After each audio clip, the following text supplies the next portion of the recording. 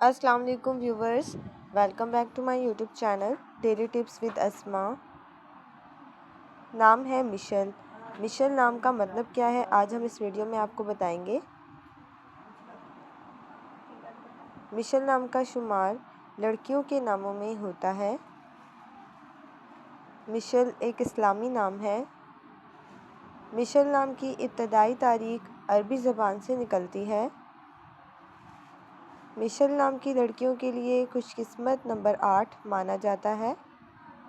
माहिरीन के मुताबिक मिशेल नाम की लड़कियां बहुत नादान होती हैं। मिशेल नाम का मतलब है रोशन चिराग। मिशेल नाम की लड़कियों के लिए खुशकिस्मत दिनों में मंगल और इतवार का दिन शामिल है। मिशेल नाम के अफराद के लिए मुआफिक रंगों में सब्ज़, काला और सफ़ेद रंग शामिल है। मिशेल नाम के अफराद के लिए मुआफिक पत्थरों में पुखराज पत्थर शामिल है। खुशकिस्मती वाली धातों में हिंसू के हिसाब से कांसी शामिल है। फ्रेंड्स, अगर आप अपना नाम का मतलब जानना चाहते हैं तो कमेंट बॉक्स में अपना नाम लिखें। इंशाल्लाह हम आपके नाम की वीडियो ज़रूर बनाएंगे। Thanks for watching. अल्लाह हाफिज़।